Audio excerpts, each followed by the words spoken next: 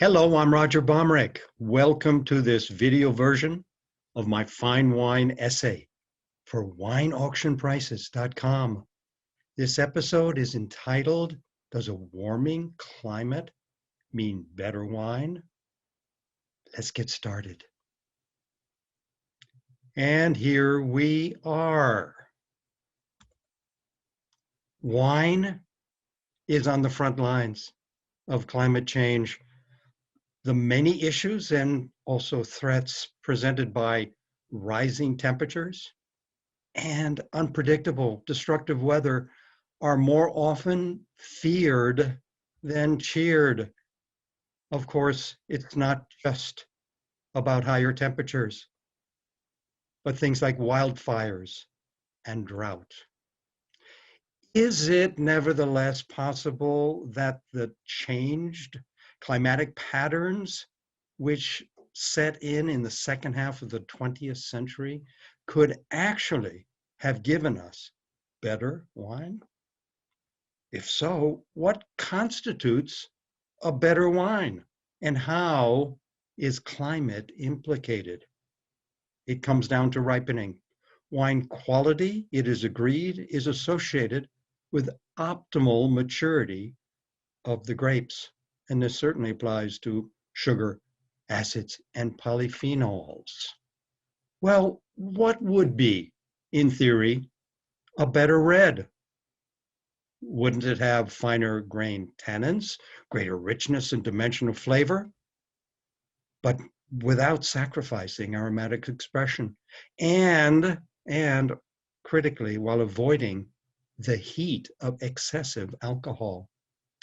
A climate-improved red would still need to retain a degree of freshness and be free of cooked or overripe flavors. And then what about a better white?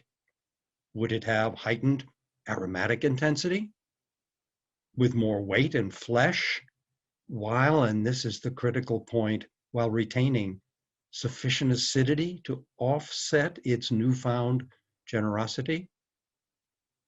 Hence, a warming climate which fosters ripening tends to favor red, not white wine. We'll explore that further. The phenology, and this is a critical point, or growth cycle of the grapevine is particularly sensitive to growing season temperatures. A number of varieties, such as Pinot Noir, pictured here, have comparatively narrow ranges of tolerance. What happens at higher temperatures? Berry sugar content escalates, acidities tend to drop, and juice pH could well be altered. Aroma, flavor, and phenolic compounds could also be negatively affected if heat intensifies. However, it is difficult to establish the exact upper limit a variety will tolerate. Temperatures in some regions are already pushing beyond the theoretical limits. Based on a benchmark report of Gregory V. Jones from 1950 to 1999, growing season temperatures in the world's principal wine regions increased by 1.26 degrees Celsius or 2.27 degrees Fahrenheit. During this period, given technological advances, it would be logical that human actions have contributed to better wine. But how much? Jones and his colleagues estimated that 10 to 60% of higher vintage ratings were linked to higher growing season temperatures. Their conclusion overall was that, quote, the observed warming of the late 20th century appears to have been, yes, mostly beneficial for high quality wine production worldwide, unquote. And we could say this phenomenon has intensified in the early 21st century. Well, these are very interesting charts compiled by Jones. They show vintage ratings for red wines from the Medoc and Grave regions of Bordeaux at the top, and for red wines from California. At the bottom, what do we find? Well, if we look at the solid trend line, the mean scores improved meaningfully for Bordeaux, whereas the gains, the improvements, were comparably small for California. Another study which received a great deal of attention of California wines looked at the causes of increasing sugar or Brix levels since 1980. The index these researchers formulated to assess heat did not account for, in their language, much of that rise in the years from 1990 to 2008. Their very striking conclusion was that this, in fact, was the unintended consequence of wineries responding to market demand and seeking riper, flavored, more intense wines through longer hang times.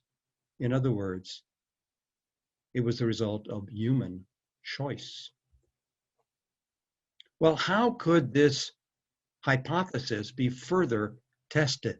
I've put together some tables showing a comparison of vintage ratings over recent decades based on available information and data for North Coast Cabernet Sauvignon as compared to degrees Brix for Napa County. What do we see? Well, on the left, we have the decade beginning 1980 to 1989. We see that the mean score in the Wine Advocate was 85.5. The degrees Brix, 22.7, which translates to a potential alcohol of 12.5%.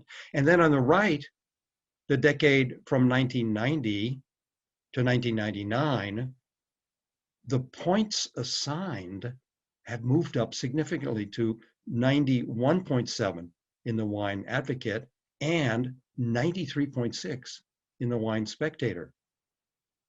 In addition, the average degrees Brix for the decade moved up 1 point to 23.7, or the equivalent of 13% alcohol. And then looking at the two more recent decades, we see from 2000 to 2009 scores approximately of 92 points in both the Advocate and Spectator, and a degrees Brix of 25.2 or 13.9% alcohol. And then finally, in the decade starting 2010, scores once more moved up on average for vintages 10 through 17. And there was a small increase in average degrees Brix, amounting to 14% alcohol. Well, where does that leave us? We could say that ratings and Brix both increased in the decades from 1980, certainly to 2009. Would that then lead us to a conclusion that greater ripeness, up to a point at least, does indeed translate to more critical praise? Perhaps. But if we look at these individual years, which I've tabulated, the relationship between average degrees Brix and vintage scores is muddied, to say the least. And you could look at the essay itself for a much more detailed discussion of this subject. So, are we still left with this question? Were the higher sugars recorded in California in these decades the result of a changing climate or human mediation? With hindsight, what we can say now is that the climatic trend is and was unambiguous. In this chart, published by Larry Brooks, it was found that 15 of the last 20 growing seasons in California have been 3 to 5 degrees Fahrenheit higher than the 1895 to 2017 average. And moreover, these researchers project further increases of 4 to 5 degrees Fahrenheit by the mid-21st century. Well, we could make the case that rising temperatures are hardly advantageous in the regions which are already hot. But warming may have helped locales where grapes did not in the past ripen dependably every year. And what is a surprise, perhaps, is that these areas do include some whose wines are among the most coveted and the most expensive in the world: Bordeaux, Burgundy, and Piedmont, to name 3. In the words of celebrated vintner Angelo Gaia, quote, "Global warming has helped to establish a reputation of Piedmontese wines, not only for Nebbiolo, but also for Barbera, especially before 1995. The acidity was, in his word, outrageous, often very high," unquote. Well, taking a look at the Loire Valley, which of course has been long considered cool and, yes, perhaps marginal, there have been dramatic changes in weather patterns. As far as its best known red wines are concerned, Chinon and Bourgogne particularly, they've lost their herbaceous qualities, the greenness common in earlier times, and they've gained in richness and suppleness. Here, from another article, I've compiled this table of Loire Valley Cabernet Franc stats, looking at Anjou, Saumurois, Bourgogne, and Chinon. And what we can take away from this, if we look at this in closer detail, is that sugar levels, looking at columns 1 and 2 on the left, sugar levels in grams per liter have increased quite dramatically in the decades indicated, whereas acidity in the 2 columns on the right has decreased. So in once cool areas, and perhaps, yes, we should call now the Loire a once cool region, red wines have clearly benefited, but the verdict for dry whites and sparkling wines is, well, yes, more complicated. White wine grapes in cooler zones have experienced an analogous boost in sugars, together with a drop in acidities. Detouring for a moment to Germany, Riesling in that country has always boasted high acidity and low pH, and it has mostly profited from climate change so far. And the vine, especially deeply rooted ones, has coped successfully with increasingly drier summers. On the other hand, warm end of season weather has been a death knell for ice vine.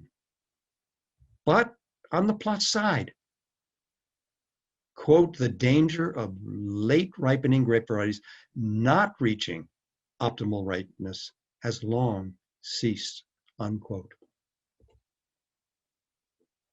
Returning to the Loire for another perspective from a well-known grower, the owner of Domaine de la Taille au Loup. In Montlouis, he says, quote, 15 years ago, people wanted more ripeness.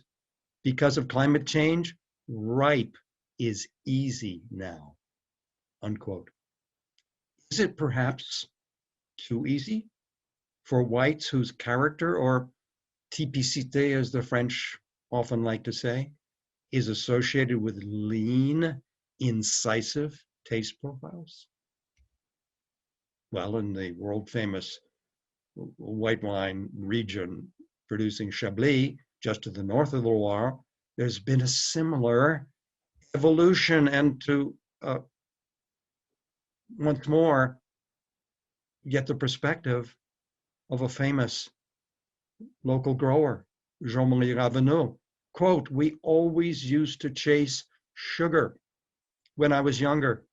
Now we have to look after our acidity," unquote. Burgundy as a whole is, in fact, a case in point. Academics, most from the University of Bourgogne, examined an extraordinary data set, climatic conditions for vintages from 1354 to 2018. They say that up to 1987, grapes were harvested on average on September 28, whereas from 1988 onward, picking began 2 weeks, 13 days earlier. Their dramatic conclusion is that, quote, "outstanding hot and dry years in the past were outliers," unquote. But they've become the norm as of, quote, in their language, the transition to rapid global warming in 1988, unquote. So at the moment, we can say warming has translated to more reliable quality across vintages and many, many fewer washouts than in years past. Of course, the climate conversation tends to revolve around temperature, but some researchers give more importance, greater weight to precipitation. Well-known academic Van Heuven in Bordeaux says that beginning around 1990, there have been more frequent low rainfall years in that area, as well as more intense periods of drought. In a different article, he and colleagues make this very telling observation, quote, "The best vintages in Bordeaux, where of course the vines are not irrigated, are dry vintages. The frequency of dry vintages has increased over the past 3 decades, and this has resulted in better vintage ratings in recent years," unquote. Well, why would this be? Let's consider briefly the technical aspect. What is it, or what would it be, about water deficit stress? It generally, if it occurs at the right time of the year to just the right extent, it's positive for red wine quality. Why? It lowers yields, it reduces berry size, and it increases skin phenolics. But at the same time, it can be, if extreme, negative for white wine quality. Returning to Jones, he and his fellow researchers found that as the growing season temperature reaches a certain threshold, vintage quality is likely to go down. And in this example, we see ratings for Medoc and Graves red wines based on 100 points from Sotheby's for vintages plotted against growing season temperature. So if we look at this graph and see the dashed vertical line, more or less in the middle, just to the right, these researchers found that beyond approximately 17 degrees Celsius of average growing season temperature, diminishing returns set in. Well, in many parts of the world, the stages of the growing season, bud break, flowering, and veraison that we see here in this photograph, changing of colors of the grapes, have been pushed back. Harvest dates are much earlier, by 2 to 3 weeks in many French regions. But despite this, the fruit tends to be consistently richer in sugar. So the altered phenology of the grapevine is not being dictated by winemakers. Rising temperatures, we could say, have had a positive impact on many European cooler climate wines, reds, most certainly, over recent decades. There have always been great vintages, in other words, those which are considered more or less ideally ripe, in the history of the most admired European appellations. They are now far more common. And disagreeably meager thin vintages are today a rarity as grapes mature with much greater regularity every year. The concern is that gains from a changing climate now appear to be approaching their theoretical maxima in various parts of the global vineyard. Ever hotter weather threatens to push vulnerable grape varieties in some regions beyond the sweet spot of balanced ripening. But to end on a more optimistic note, we could say that the world will not lack for good and perhaps even better wines in the near to medium term, up to, let's say, mid-century. And there will be pleasant surprises in store from places where wine grapes once struggled to ripen. Thank you for watching. I hope you found this interesting and informative.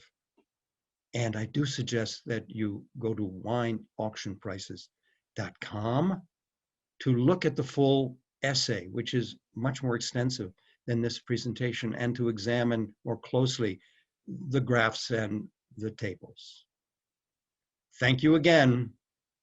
Cheers.